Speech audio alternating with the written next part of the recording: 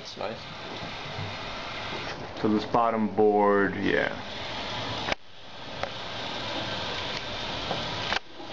Simple enough, I would think, right? Just it is plywood or whatever base board. That's particle board. You can use plywood, whatever. So you can zoom in and out like I am.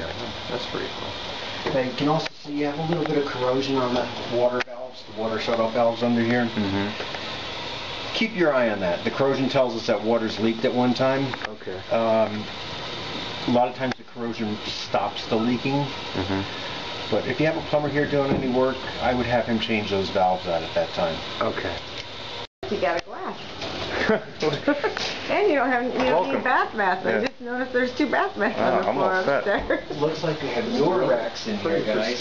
Newer racks? Yeah. It's a newer dishwasher, they claim. Yeah, that tile's in good shape. There's a little wear and tear. This is probably a couple years old. Yeah, I guess it's subjective what you call them newer. But the racks look like they've never been used before. There's no water stains, no soap buildup or anything on them. So they probably just replaced the racks. Cool. Or she never used it. Yeah, she may have never used it. She was fixing it a long time. Right. When I first turned it on, I heard nothing. Okay. On the bottom of the garbage disposal, there's a little reset button, a red reset button. Okay. I hit that. When I hit that, it did reset the unit, but the blades are seized up. Okay. Some models have a hole in the bottom of the can where you can put an Allen wrench and manually crank it to free it up. This one doesn't. It's possible that you could free the blades up by sticking a broomstick in. The old thing? Yeah. Off record. Yeah, right. It's possible you may be able to unseize it, but right now I'm just saying it's not functional just because I'm shoving broomsticks. Right. The dishwasher, I'm going to give it one more shot. It's not filling with water. It could just be because the place has been sitting vacant for a while, or if it hasn't been used in a while. But if we let it run too long, without water, you damage it. The pump's going to start running. It's not filling with water. The water's on under the sink now. I'm sure you checked that out,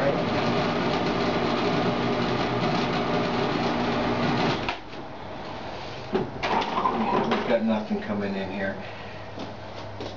So worst case scenario, you can hear the pumps working. You've got that small copper tube that feeds the hot water into this.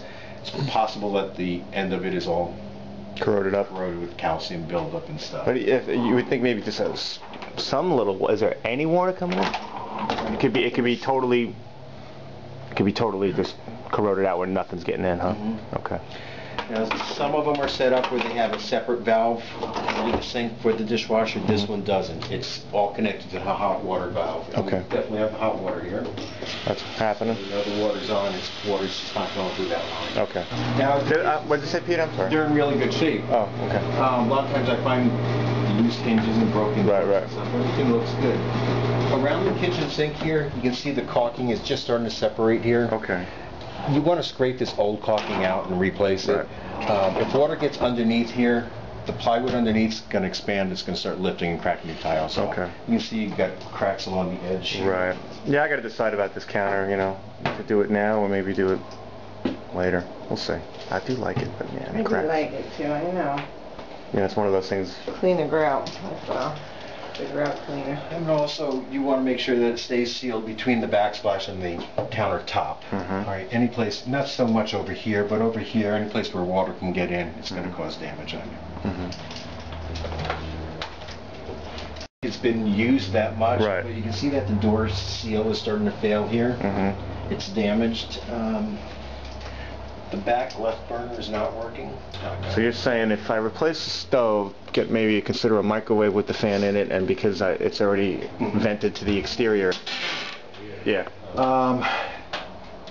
Now, when you get a microwave, they all come from the factory they're set up to recirculate. They draw on the bottom and blow out the top.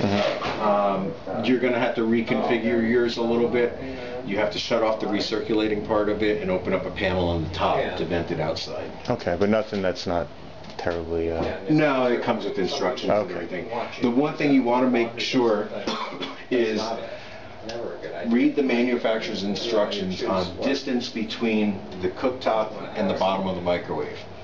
Some of them measure it from the floor up to the bottom of the microwave. Some of them measure it from the top of the burner to the bottom of the microwave. Right. Every manufacturer is a little different, but you want to have at least 24 inches. 24 inches between the stove and the microwave. Right, and for two reasons. Large pots won't fit on it, and the second thing is excessive heat can just melt the microwave.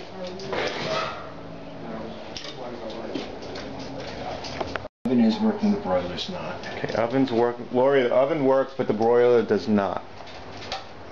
And that left back, is that is working? The left back one's not burning. And the left back burner's not working. All right. Do they make, Pete? Do they make, you know, in thinking Lock, they may not be able to key them the same way. right. But I've never seen one for the sliding door. That Right. I might have to just be a separate little lock for that.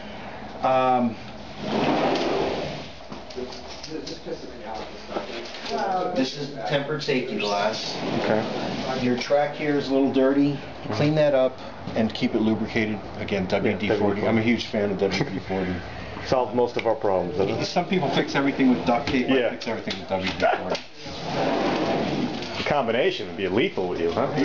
Homes built prior to 1978 may or may not have asbestos. Okay. The only way to know is to have a sample analyzed. If there is asbestos, you've got a couple of choices. Well, you know what, yeah, even me, I have lemons. To have it removed, it gets expensive. It's the best way to do it, but it's also the most expensive. Right. Removal is not as expensive, it's disposing it because it has obvious ways what the cost is. You can also encapsulate it, and encapsulating it, you can put a drywall ceiling on top of it. Easiest and quickest and cheapest way to fix it, if there is asbestos in it, is put a float coat of plaster on top of it. Texture coat, you're sealing it in there. Right. The problem with asbestos is if it's disturbed and the particles become airborne, you can ingest them into your lungs, and that's cancer causing. So you'll have a little extra page in here talking about asbestos and lead paint, all homes. What have you've been in this complex? Have you experienced? Do you know if it's, I never know if they've haven't been tested tested or not. You know, people usually test it after I'm gone, and I never hear the results. 74, this was built. Like I said, it may or may not be. But some of the professional asbestos people, popcorn removal people, that said it's included in that they test it, that they test it first and let you know which way it is. Yeah, but then I'm leery about that too. Make sure you get a reputable company to do that, because if you get some handyman to it's asbestos, and they charge you. tell you it's not asbestos and going to scrape it off and throw it in a dumpster, you're liable for that if it gets into the ground, into the ground fill. Okay, your washing machine hookups, the valves look good. Now, Pete, with the stove over there, I mean, I have to stick with an electric range, right? Because there's no gas. You have gas coming into the building because your furnace is gas. Okay. Whether they would allow me to, And your gas meter is at the front there. There's gas coming over here. You could have a plumber tee off of the gas line here to get gas for the dry. Really? Dry over for the stove is going to be a little more of a challenge. Because how do you run it? You'd have to go through the walls. You can't go. You really wouldn't be able to go through the ceiling because of the joists. You can't go on the outside here. The only other thing I can think of is if they would do the same thing, tap off of this line and go up through the ceiling, drop down the other wall, because your joists are running this way. I don't know if that's technically, HOA allowed, percent. Anything inside your walls you can. You can do it whatever you want. You can't change anything on the outside. Okay. All right, so something to consider. But dryer, no problem to go that way. Yeah, right now it's electric. If you can go gas, it would be much more energy efficient for you. Okay. And you can see that the dryer vent hose has been duct taped.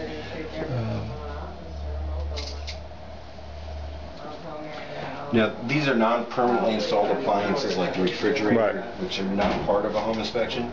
You're welcome to run them while we're here, see if they work. Yeah. It's not part of my report. I have to make sure that we've got all the proper connections and everything for you.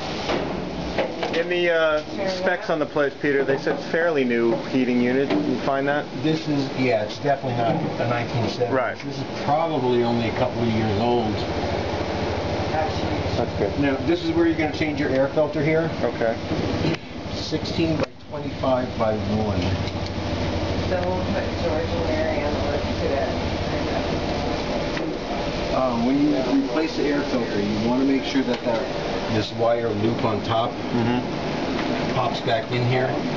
It's called a hold down. All right. It's just this is the blower here, so when it turns on, it sucks air up, and without this hold down, the filter gets sucked up there. Okay. And you don't have the tight seal around the edges, and all dust and everything's flying through the house.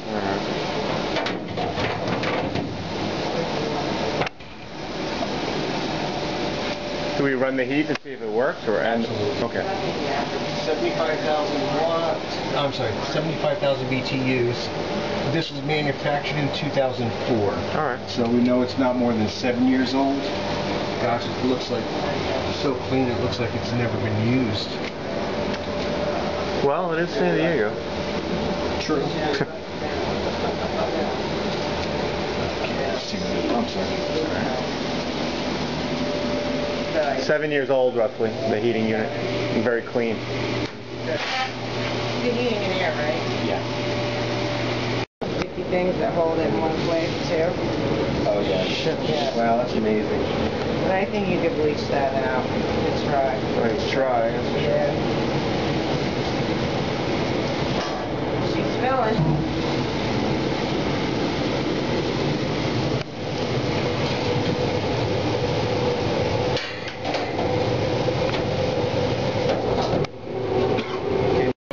Everything's vented properly. Don't store anything flammable in here. Don't use it as a broom closet or anything like that. No paints, no car batteries or anything.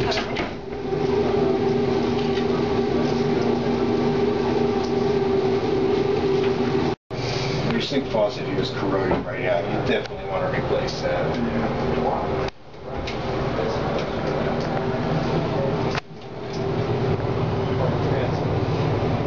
You also have some corrosion on the supply valves, just like under the kitchen sink. Right.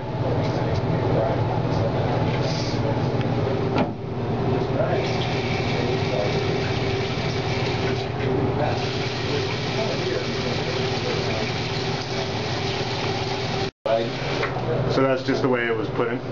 So hot and cold is reversed, so when I put it back in, reverse it. Okay. And the same thing here as we talked in the kitchen, you want to caulk around the sink to counter connection here. You see it's starting to separate there. Right. And your toilet also is a little bit loose to the floor. Okay. With this here, you've got the 2 bolts on the side. I would try to snug them up, very gently snug them up. If you over tighten them, you're going to crack the porcelain. You're buying a whole new commode. If they don't snug up, then you want to have a plumber lift the toilet up, and put a new wax spring down and reseat it. But when it's loose like that, every time you sit and it rocks a little bit, water's going to be leaking out of it. So maybe try the snug up first.